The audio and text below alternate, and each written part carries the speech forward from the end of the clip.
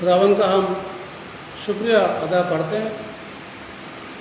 अभी तक की हम लोगों ने इबादत करी, आराधना करी और अपनी बात हमने खुदावन से कही, गीतों के द्वारा, स्तुति के द्वारा और दुआ के द्वारा। दो हिस्से होते हैं आराधना के, हमेशा याद रखिए। पहले हिस्से में हम खुदा से बात करते हैं और दूसरे हिस्से में खुदा हमसे बात करता है। अब ये दूसरा हिस्सा शुरू हो गया तो खुदा हमसे अपने कलाम के द्वारा बात करेगा। आइए खुदावन कलाम से एक बार से और अब पढ़ेंगे, निकाल लीजिएगा। उत्पत्ति उसका 4 बाब, उत्पत्ति उसका 4 बाब और 1 से 7 तक मैं आपके सामने पढ़ रहा हूँ। यहाँ इस प्रकार से लिखा हुआ है,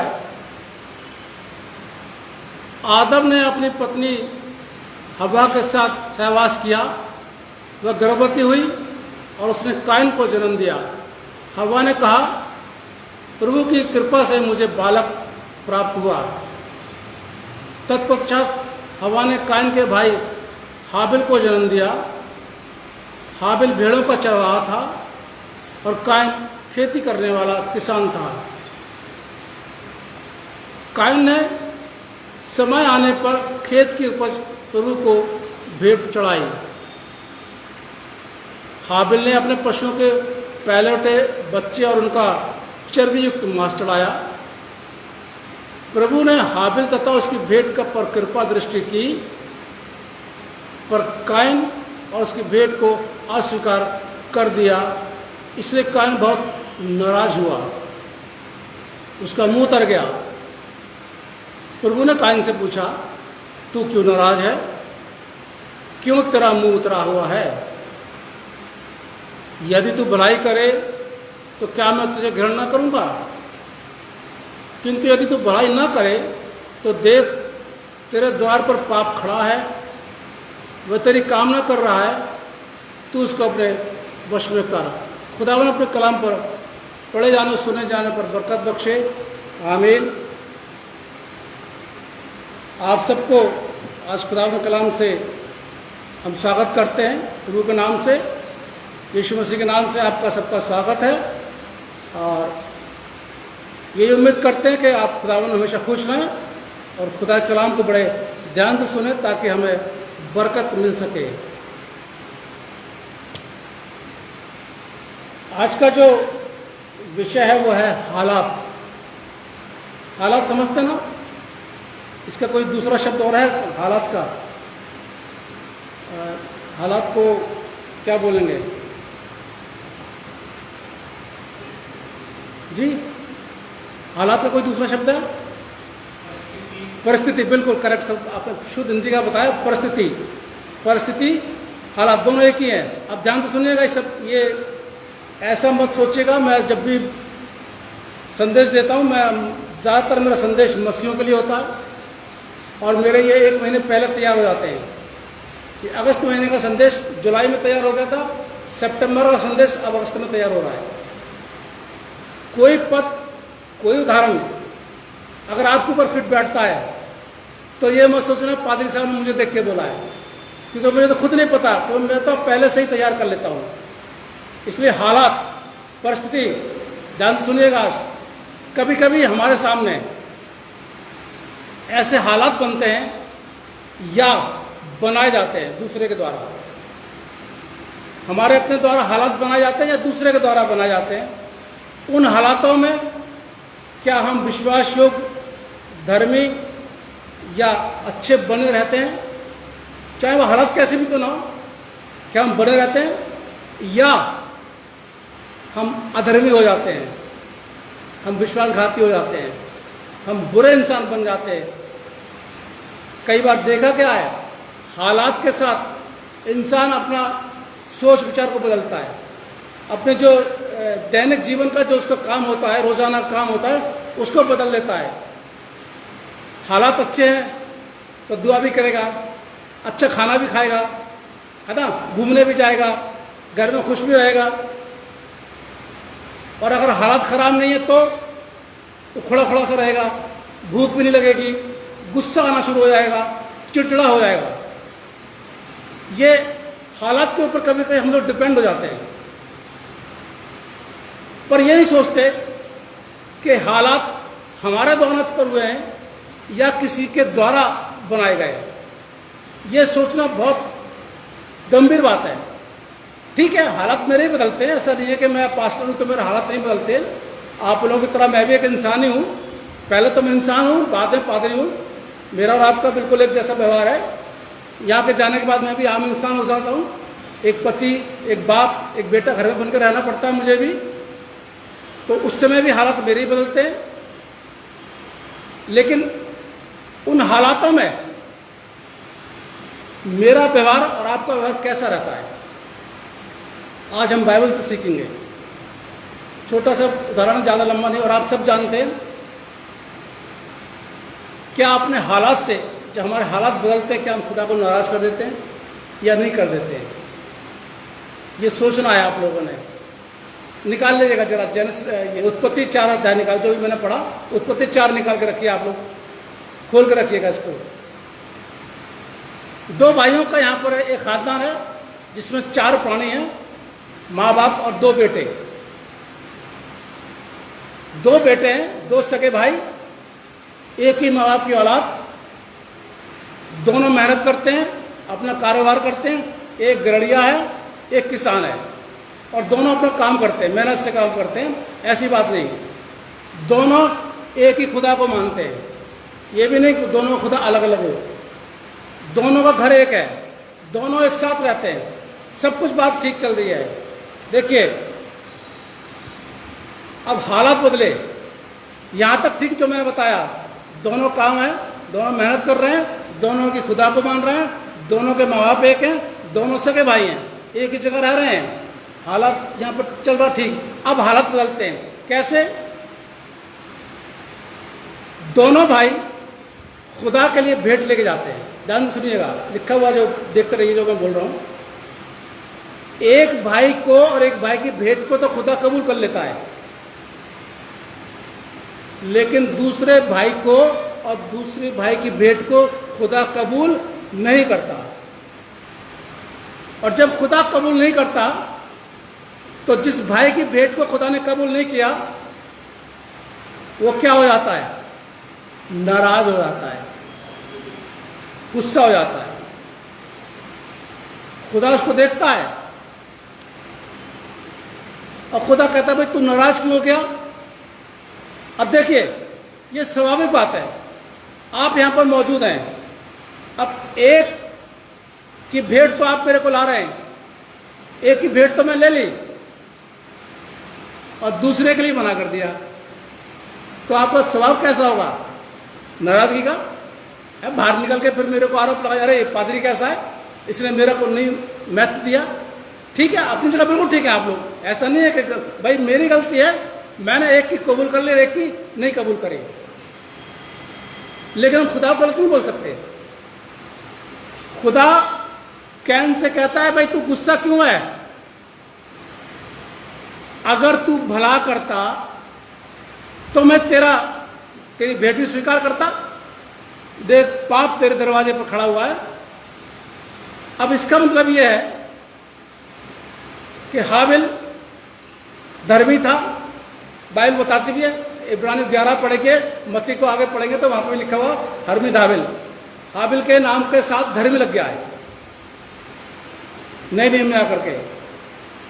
कैन के नाम के साथ धर्मी नहीं लगा, और कैन को खुदा डांट भी रहा है कि अगर तू भला करता तो मैं तेरी भेंट को स्वीकार करता। हालात बदल गए, बिल्कुल हालात यहां बदल गए। एक को स्वीकार किया, एक को नहीं किया। अब जिम्मेदार आप जिसको मर्जी ठहरा दीजिए, वो आप लोगों की मर्जी, मैं अपने मुंह से कुछ नहीं बोलूंगा। लेकिन हालात बदल गए, दोनों भाइयों की मोहब्बत में दरार आ गई, खानदान में दरार आ गई, व्यवहार बदल गया, काम करने का तरीका बदल गया, बात करने का तरीका बदल गया। और जिस भाई की भेंट को खुदा ने कबूल नहीं किया था, वो गलत रास्ते पर चला गया। आगे लिखा हुआ है पढ़ेंगे आपको 7-8 पद में, 8-9 पद में। कैन ने अपने भाई हाबिल से बोला चल बाहर घूमने चलते हैं। दोनों भाई बाहर गए घूमने के लिए। जब बाहर गए तो लिखा बाइबल के अंदर कैन ने अपने भाई हाबिल की हत्या कर दी। हालात बदल गए।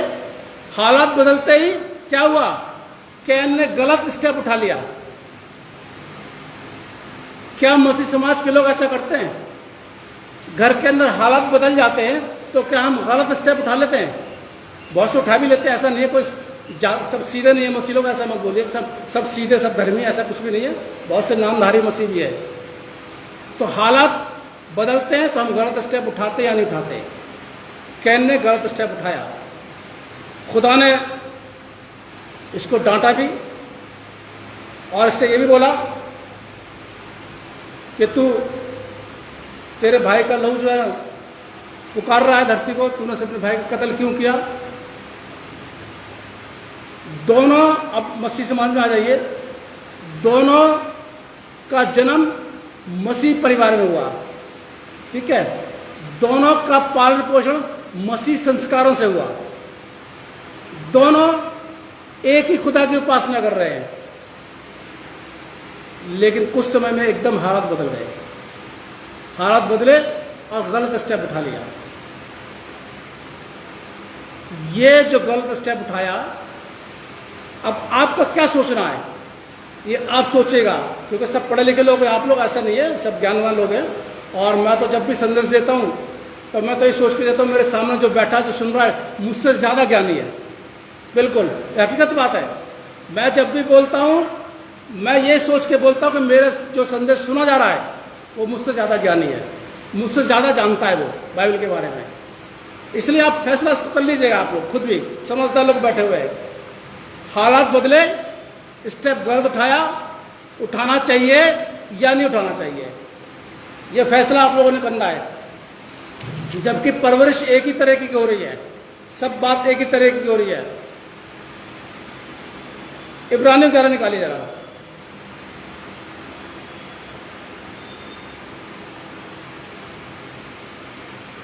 इसका जरा 4 ऊपर पढ़िए, इब्रानियों 11, और इसका जरा 4 पद पढ़िए जोर से, जिसको मिल जाए। इब्रानियों 11 4 पद में लिखा हुआ है, विश्वासी से हाबिल ने कैन से उत्तम बलिदान दिया।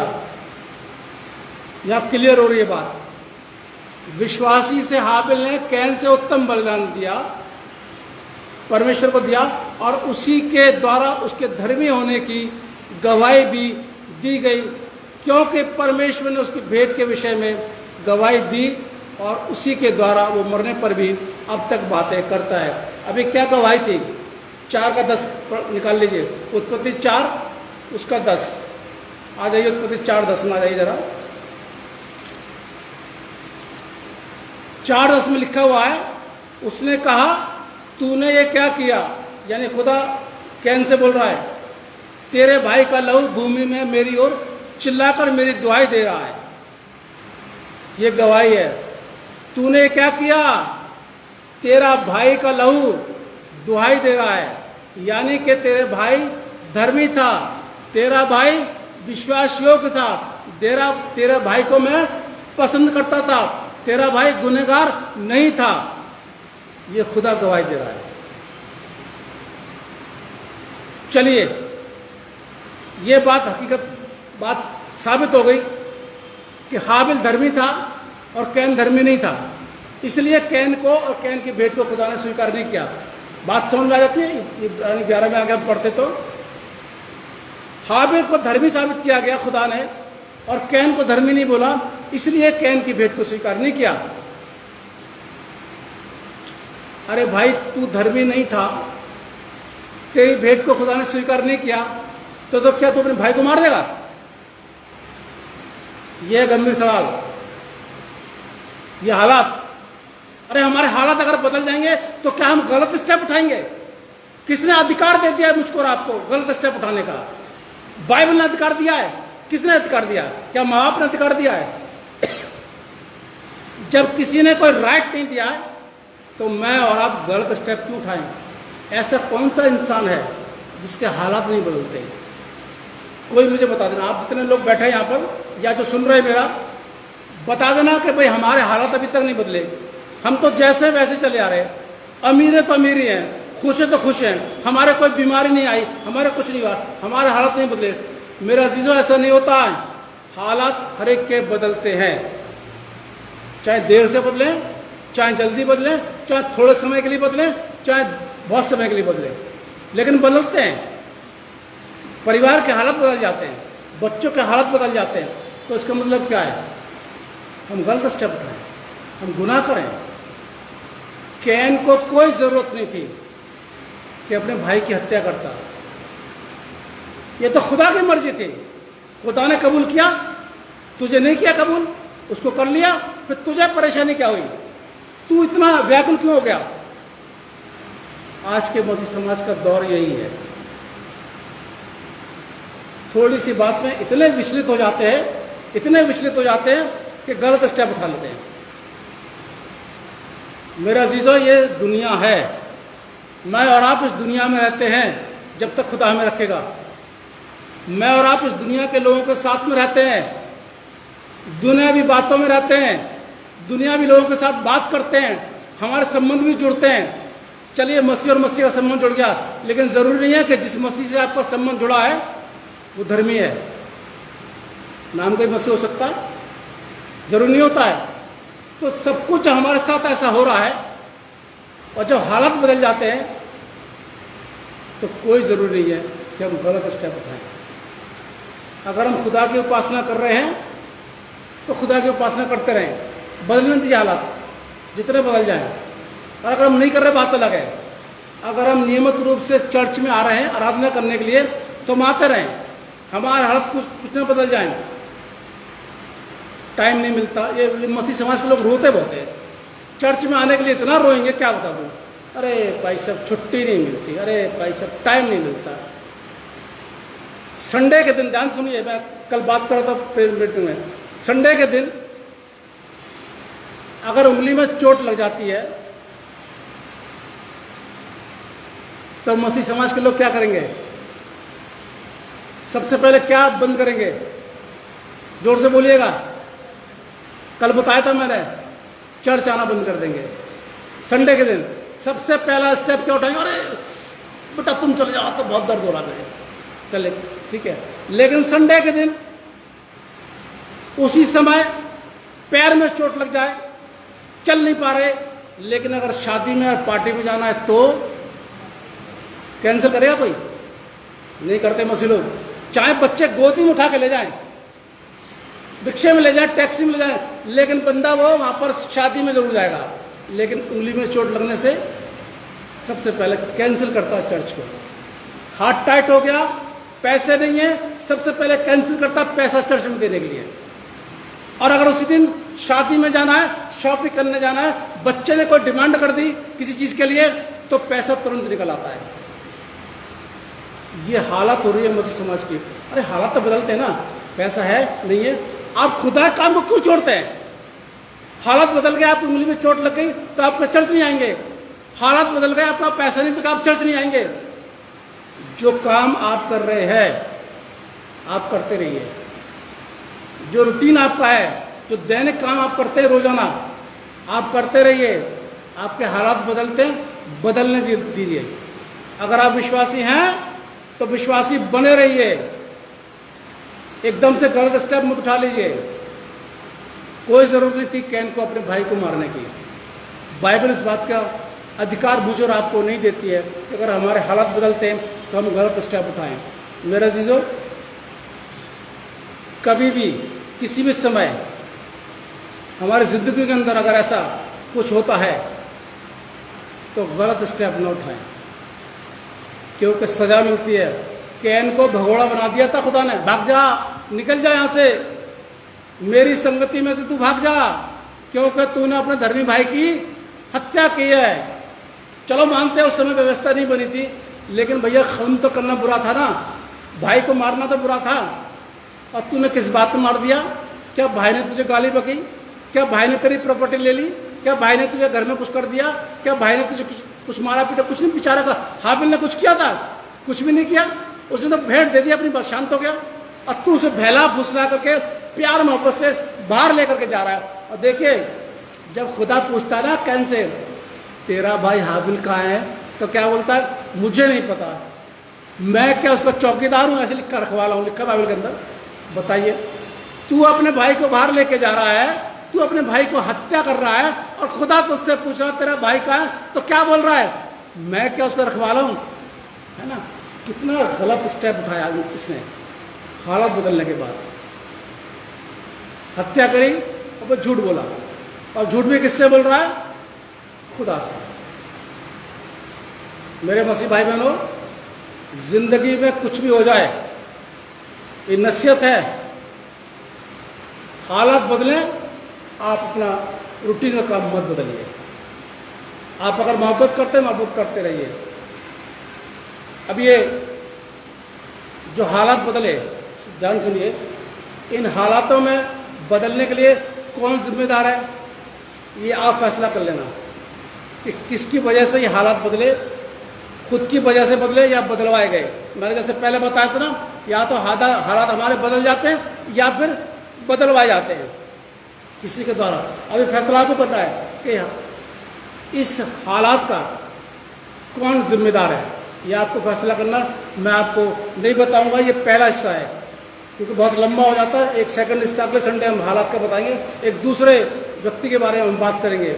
इसलिए ध्यान से सुनिए, ये फैसला आपको करना है। अगर हालात बदलते हैं तो आप गलत स्टेप उठाते हैं या नहीं उठाते, मैं आपसे नहीं बोलूँगा। मेरा काम था खुदा के कलाम को आप तक पहुँचाना, मैंने पहुँचा दिया। अब आप इसको पकड़ें या ना पकड़ें, अपना फैसला करें या ना करें, इस पर चलें या ना चलें, मुझे कोई फर्क नहीं पड़ता। मेरा काम था, मैंने अपना काम कर दिया। अब आपको ये फैसला करना है। इसलिए जिसके कान हो वो सुन ले कि खुदा का कलाम मसीहों से क्या कहता है। यदि तू भला करे तो क्या तेरी भेंट ग्रहण की जाएगी, और यदि तू भला ना करे तो पाप द्वार पर छिपा रहता है और उसकी लालसा तेरी ओर होगी और वो तुझे परपुरता करेगी। गुनाह से दूर बन रहे। खुदा हम सबको बहुत बड़ी बरकत दे। आइए हम दुआ करें। खुदावन, जो वचन आपने दिया था हमने बोल दिया। हम चाहते हैं कि बड़े, लेकिन इसमें हमारी मर्जी नहीं बल्कि आपकी मर्जी पूरी हो। आप सबको बहुत बड़ी बरकत देना जिन्होंने आज का वचन सुना है। खुदावन यीशु मसीह के नाम से मांगते हैं, आमीन। आराधना के अंत में हम गीत गाएंगे।